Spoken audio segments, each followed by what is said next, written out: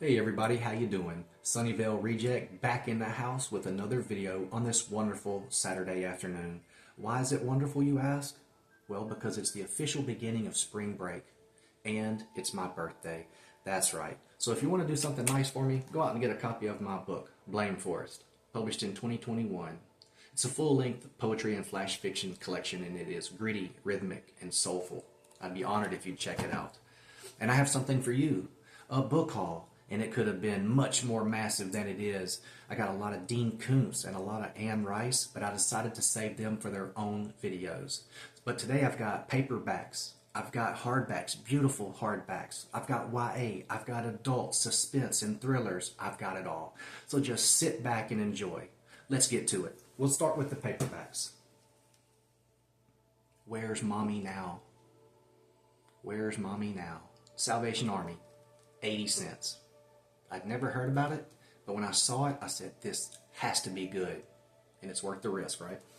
Kate Bowers was proud of being able to manage both her job at the gift shop and her luxurious household, even though Dr. Mark Bowers was a demanding husband and her two small children were a handful.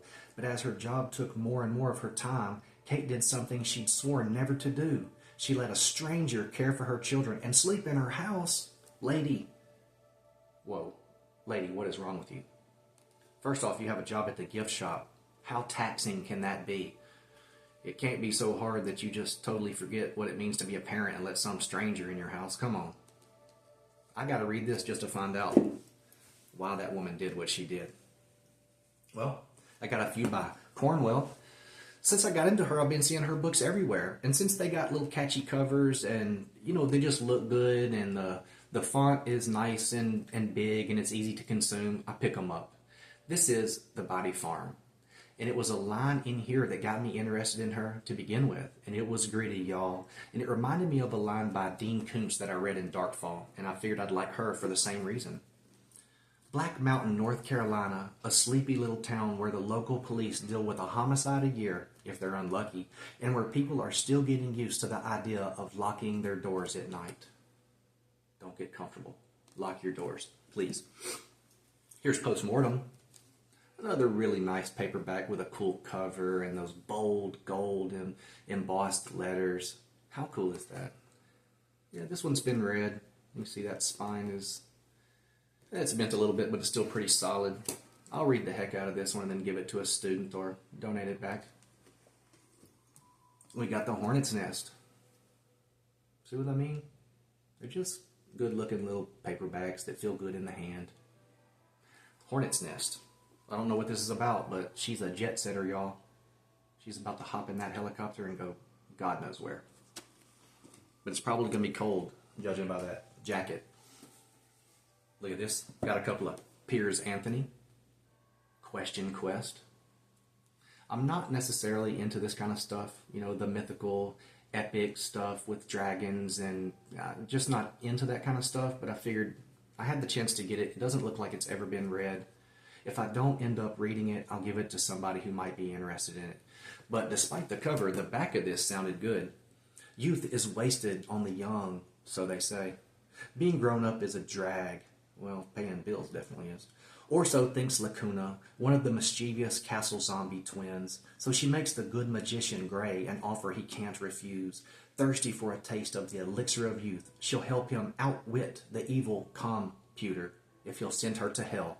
In a handbasket, no less. Question Quest. Look at this ugly dude. This is Heaven Sent. And that's probably the second ugliest cover in the hall today. That's ugly. He looks like some sort of mountain troll or something. To Xanth's precocious shapeshifter Prince Dolph, searching for Humphrey, the missing sorcerer, is a perfect chance to see the world, setting off with his faithful companion Morrow. Oh, I get it. The enchanted skeleton, he will penetrate an island of illusion, escape a goblin kingdom, outwit a husband-hungry mermaid, and more. There you go. Then we have Betty Wren Wright, A Ghost in the House. I was very excited to see this. I just hate that sticker's there. But y'all know Betty Wren Wright. a ghost in the house. That cover's fantastic, and the spider web goes all the way across the back. It's got a nice look to it, especially that right there. This can't be happening. There is something very strange about Sarah Prescott's new home. At first, everything seemed fine, but as soon as her great aunt moves in, strange things begin to happen. The rooms get deathly cold, lights turn on by themselves, and Sarah hears strange footsteps in the upstairs hall. That's right up my alley. I love it. On a dark day, sit near a window, and just immerse myself in a book like this. Time out. All right, y'all. That's my birthday beer. All right, y'all. Let's get into the hardbacks here. Y'all know Phyllis A. Whitney, right? She was a veteran. She wrote about 40 books. And I think this was written in the 90s. This is Dream of Orchids. This is the #1 ugliest cover of the haul.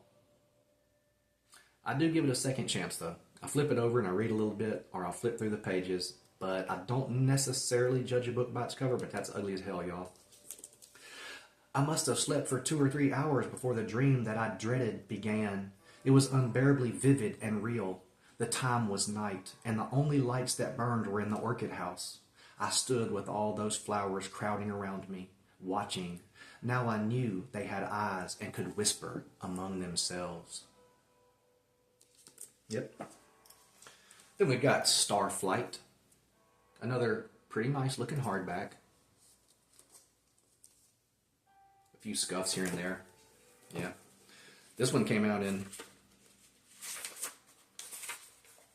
What's this? Let's see. Yeah, 1993. Phyllis A. Whitney is a superb and gifted storyteller and a master of suspense. Her contributions in this genre are legend. Starflight may well be her finest novel. From Mary Higgins Clark. Okay, that's cool.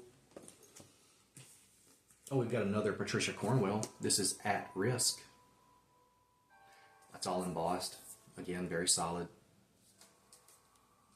Hey, look, it's Morrow. Nice book. What is this about?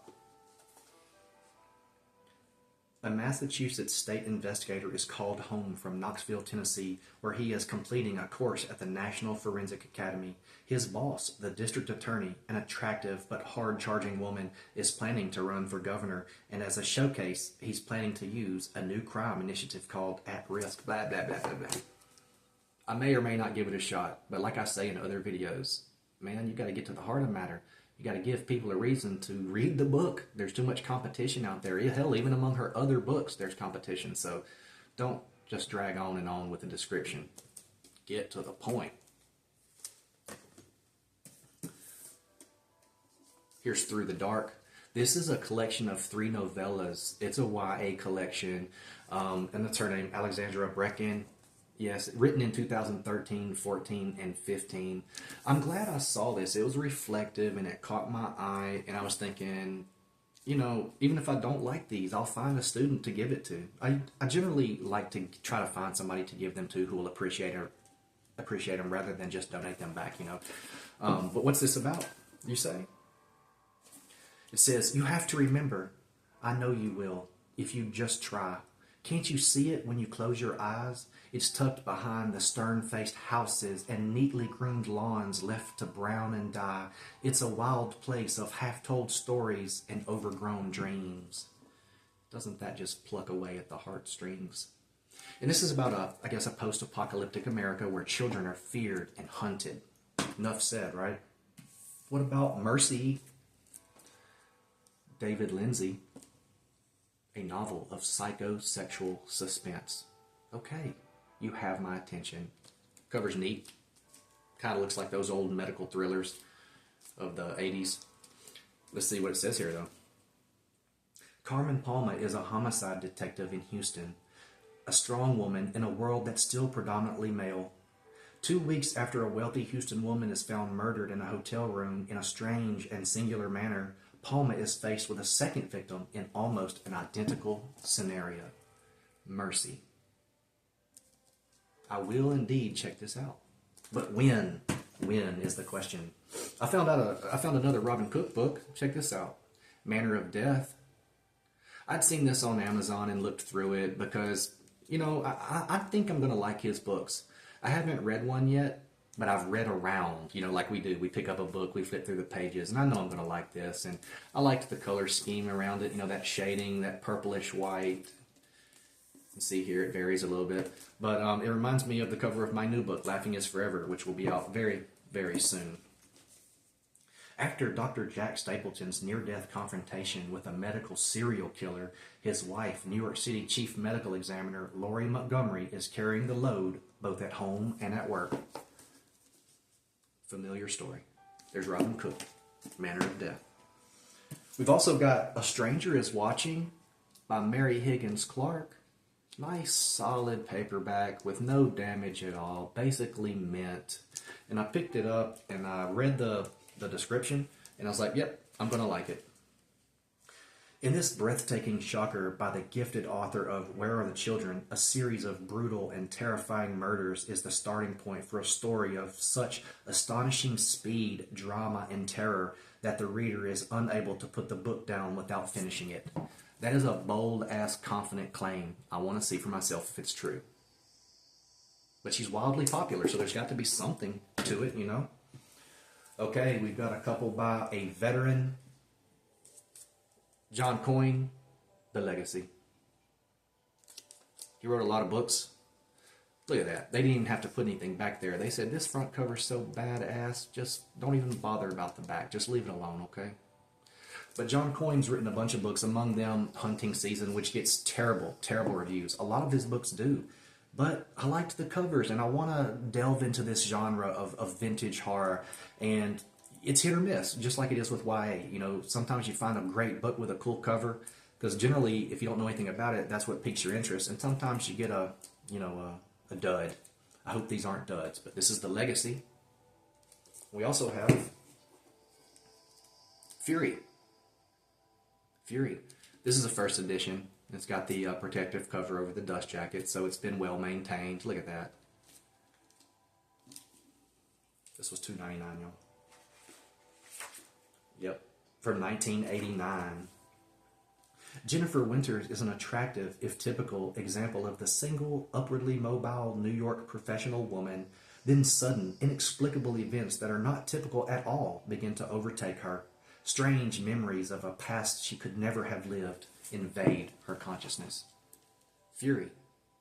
Do you know anything about it? I don't. But if you do, tell me in the comments. I'd love to know. Time out. Okay, y'all. We're getting to the last lap, as they say. I hope you're enjoying it so far. Thanks for sticking with me. Not much longer now. Dan Simmons.